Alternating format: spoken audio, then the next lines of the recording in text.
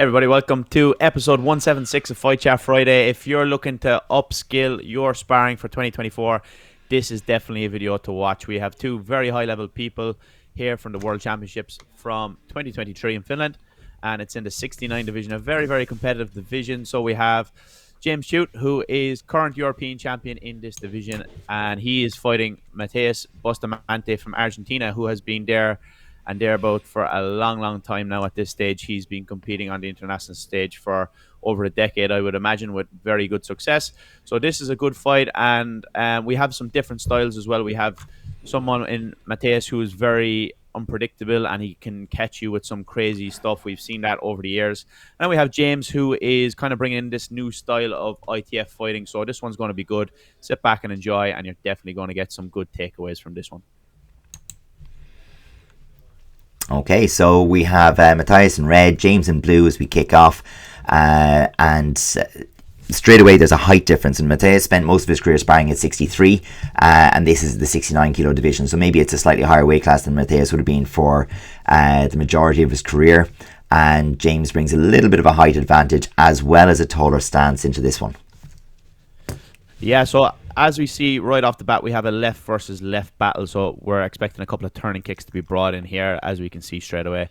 Now, this is kind of a staple of the Argentinian and South American game as well. We can often see lots of spinning like we see straight away, and also turning kicks, Chagi. So this one was scored by one referee. For me, I didn't really see it from this angle, so I'm assuming it wasn't the referee in our right-hand corner here, but he got 3 points on the board for it, so obviously must have got very close to landing, if not got some nice contacts. We see James did fix the helmet as well, which suggests it did. There was probably a touch, yeah, definitely. And you know, again, we're looking at both guys having really quite a close distance, and they're using these short leg lifts to try to bring themselves into shooting range, but both have so far been hesitant to bypass the legs and go to hands. So we're looking at slight changes of distance, those heavier bounces, deeper bounces, slight leg lifts to try and carry into a kicking range. And of course, who's going to make the mistake and find themselves on the wrong range? That's the thing. And we see James trying some of the what we call the running kick, and that opens up when you have the same leg. Here we see a little bit of the hacks coming in again, which is a staple of James's arsenal, and we have Bustamante trying to come through. So now we're starting to open up a little bit. We have actually Stephen Ryan here. He's not happy with something, I'm not sure with, maybe the warning. It's warnings, yeah. But we continue on, and we see now the match will start to open up a little bit from 1 minute in. So there's a minute gone, and you need to be careful, because if you leave it as a low contact, you're going to leave it in more chance in the hands of just one small slip or something like that, or even a warning. So you need to get the contacts on the board, and we see that's opening up now. Both guys, a lot of testing off the front leg and using that to enter, and James kind of using a lot of foot-to-foot movements as well, which is kind of new that we haven't seen really in terms of the footwork of how he gets into contact. And then we have a little bit of a deeper, wider stance from Matias. So we can see how that opens up and what shots that presents. So we see the side kick is really good from James, and it's very, very easy for him to transition between the side kick and the turning kick in this particular stance that he has, which is a nice little way to be able to carry it. And then we see the hacks over the top as well. So I think we're seeing that feature where James is looking at that front leg and the trampoline style, so dropping the foot and immediately taking it up again off that shorter stance, whereas Matias has tended to use that carry into space followed by a spin or a back leg attack with turning kick or front kick to try and open up the exchanges. And so far, and this has been a huge moment there, where James, he's landed the front leg turning kick and immediately put another one on it, and has gotten an awful lot of return out of that one. Yeah, that's something that we've seen in the 2000s in ITF, Adrian, but we don't really see it too often now. But it's something that James is finding often. If he has one turning kick to the body, you can be sure there's another one there. Bum, bum. And it's very reminiscent of his final versus Timothy Boss in the Euros, where he banged in 3 in a row, which is not something you see too often. So no, very, very fast off that front leg. So that brings us into the second round, with James now carrying a 3-flag lead. Again, it's not massively out of the reach of Bustamante, but he does have to find a way to break through that initial wall of the front leg. Let's see what he brings to this. Yeah, and he does start off more positive, and you can see he's using his carry to more effect here, getting to the front hand quite well. So that was a good positive start from him. And that's what you want as the coach. You want to start off nice and positive and see now again, can he use those carries to get into more contact? Because when you just counter all the time, you're not really putting yourself to the forefront, and we can see the contact rate and being first into contact is a massive feature now since we started doing the stats of this. So we can see that later on when we do look at the stats. But so far we see Bustamante is getting in there, and he's very keen to be the last one in contact often. But James is very slick and he's very quick as well, so that's hard for him to be able to get that last shot in there. Yeah, certainly for somebody who has a preference towards counterfighting, and I'm not saying that's exactly true for Bustamante. He's usually he likes to do it once he's built a lead, but he's quite happy to go forward, be proactive and attack early on. But once you do find yourself in that score deficit or points deficit, it's very, very difficult to take a counter-attacking style and still have the control elements you want over the match. So we will see Bustamante, as the clock ticks on, having to take slightly more risks, invade James' space a little bit, and to try to open it up and break up the routine of the spar. The more he can break it up, mix the rhythm, get into broken play, the more it should suit him. Yeah, definitely. That's where he excels. And this kind of stuff where it's just exchanges, where he can get in there, he's brave, he's able to get stuck into shots, he's not afraid of getting hit, and then he can pull something off out of nowhere. And we've seen that before against top level guys. He's able to pull crazy stuff out like spinning kicks and stuff like that and hit you with him. So that's kind of his game. And the more that he opens up and the more that he brings that chaos, it's going to fall into his situation more. But James, as I said, very, very slick. He's able to get them dolios, which are like 45 dolios, half of a front kick as well. He's able to slick them in from nowhere. So being able to have that control and just that poise and control that James brings is something that's hard to beat, especially if he has a lead. He's slick moving, he's slick in the ring and the edges. He's able to get those shots in out of nowhere. So it's very, very hard to claw back that lead, I think, once you leave it slip. Particularly once once it moved beyond to the point where warnings were going to be a factor. So both guys finished on 5 warnings in this one, but the 6th warning wasn't going to make a difference to the overall score. So it gave James the ability to concede a little space and spoil, so he could step in, step out, but whenever the pressure was getting too much, he could afford to step out and spoil a little bit. Now, obviously, we're not suggesting that he's running away. It's not the unsportsmanlike conduct side of things, but it's just a case of you don't have to stay in the range of the shot if you don't want to, if you have the warnings to spare. That's it. So you don't want to get hit. It's a game of hitting and don't get hit. That's the aim of the game. So we might have a look straight away at the takeaways and the summaries of this to see what are some of the things that we've seen from the fight before we pop into the stats. So this is the first stat, but we might jump straight away to the takeaways. So here we can see the Dulio to counter hacks isn't as clear visually as the axe. So because James is bringing this from a more like north to south variation, he's able to get more visual clarity for the referees in the 4 corners of the ring. Whereas if you're going to counter it, which we see if you go back and watch this again, we see that Bustamante tried to counter it often with his own turning kick, and he was getting it in there, but it's just not as visible or clear on all of the 4 judges in comparison to a headshot, just because of the clarity of the both. We see where there's 1 dolio to the body, there's often a second. That's a massive factor that is particular in the case of James. He's bringing it to the forefront now, and I'm sure more people are going to try to follow. And that all comes from the stance that he has. That not complete side-facing stance allows you to bring more turning kicks in. Clean entries and exits out of contact are key, and we're going to see this in a while in the metrics. And that's our little mantra there at the end of that: first in, last out of contact. Yeah. That's very, very important. The carry to 360, Adrian, was very important as well for creating movement. And something that you always talk about is creating movement and momentum.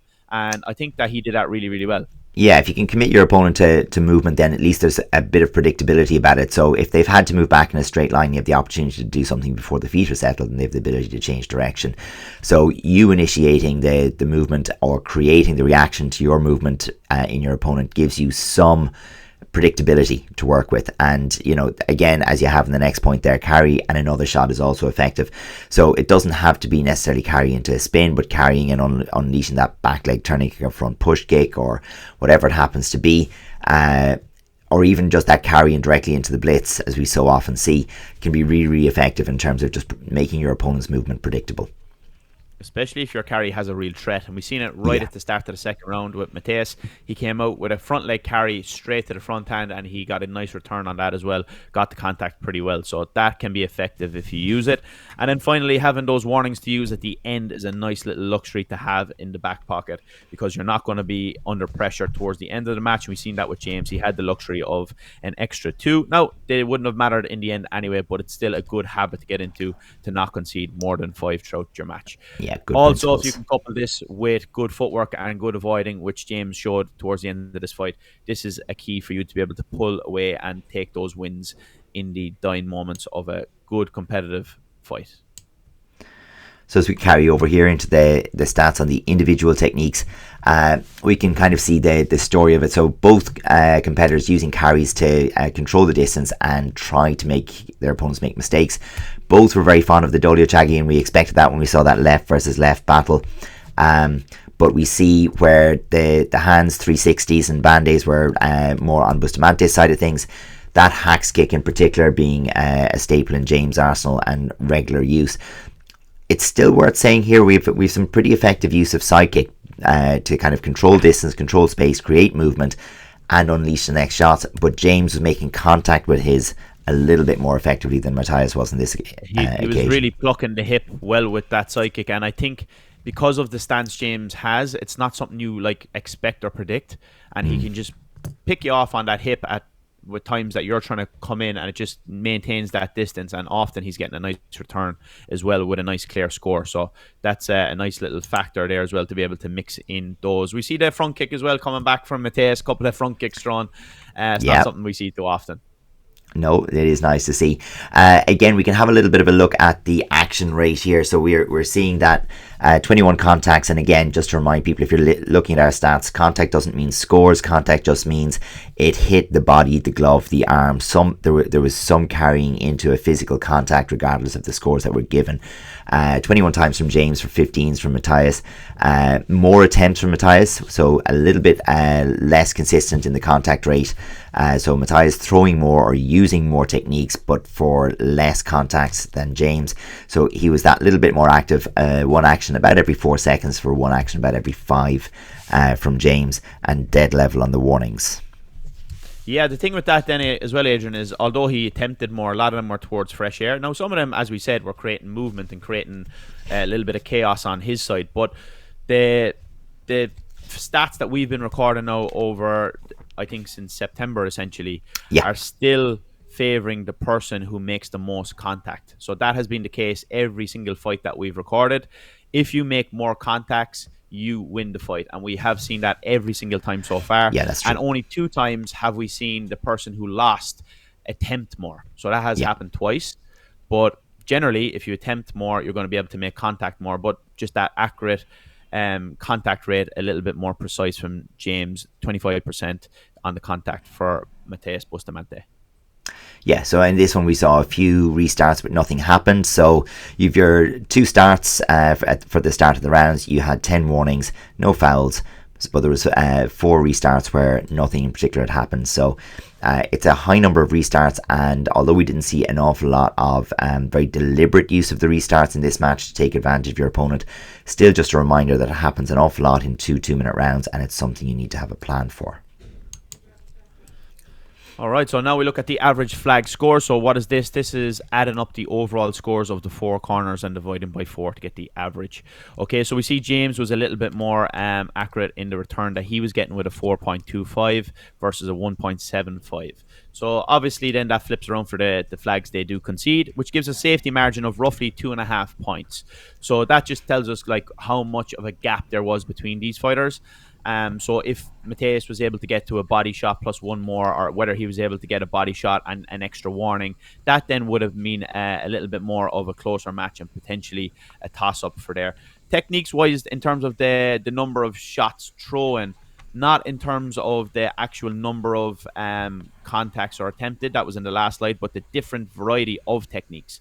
9 from Matias, which is very high. We don't often see that. We usually see 6 kind of as an average, and a little bit more deliberate from James of what techniques he wanted to use. And we see the Dolio Chagi was the biggest shot used from both guys. Now, this is a very interesting stat here, the first and last in contact. So who's the first to get into an exchange, and then who's coming out of that exchange with the last shot.